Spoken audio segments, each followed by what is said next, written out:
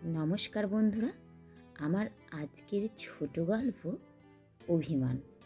স্বামী স্ত্রী দুজনের ঝগড়া এবং মিল, এটি নিয়েই আজকের ছোট গল্প। রাহি এবং রিজুর মধ্যে সংসার নিয়ে টুকিটাকি ঝগড়াঝাটি রোজ লেগেই থাকে। রাহিকে রিজুর মায়ের মোটেও পছন্দ নয়, তাই প্রতি পদক্ষেপে উঠতে বসতে রিজুর মা রাহিকে নানাভাবে কথা শোনায়। রাহি শাশুড়ি মায়ের মুখের ওপর কথা বলতে পারে না, কারণ ওটা ওর বাপের বাড়ির শিক্ষায় বাধে। কিন্তু রাহি চায় রিজু ওর মাকে কিছু অন্তত বলুক, বেশি নাই বলুক, শুধু এটা বলুক যে রাহিকে ওর মা যেন উঠতে বসতে খোঁটা না দেয়।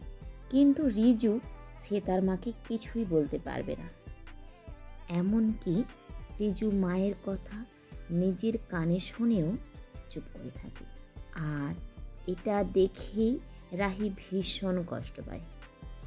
তাই একদিন রাহি অভিমানে নিজেকে শেষ করার জন্য সিলিং ফ্যানের সঙ্গে নিজের কাপড় বেঁধে আত্মহত্যা করার চেষ্টা করলে রিজু তৎক্ষণাৎ রাহিকে নামিয়ে ওর বাঁ সপাটে একটা জোরে চড় কষিয়ে দেয়।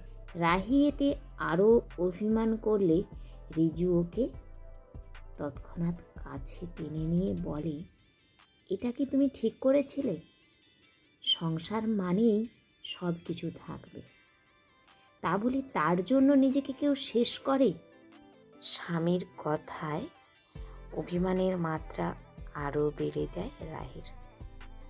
তাই তার প্রশ্নের উত্তরে রাহি বলে, তোমার ওপর অভিমানে?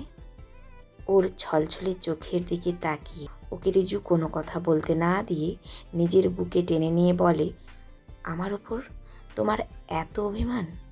ঠিক আছে, আমি না হয় এবার মায়ের সঙ্গে কথা বলবো।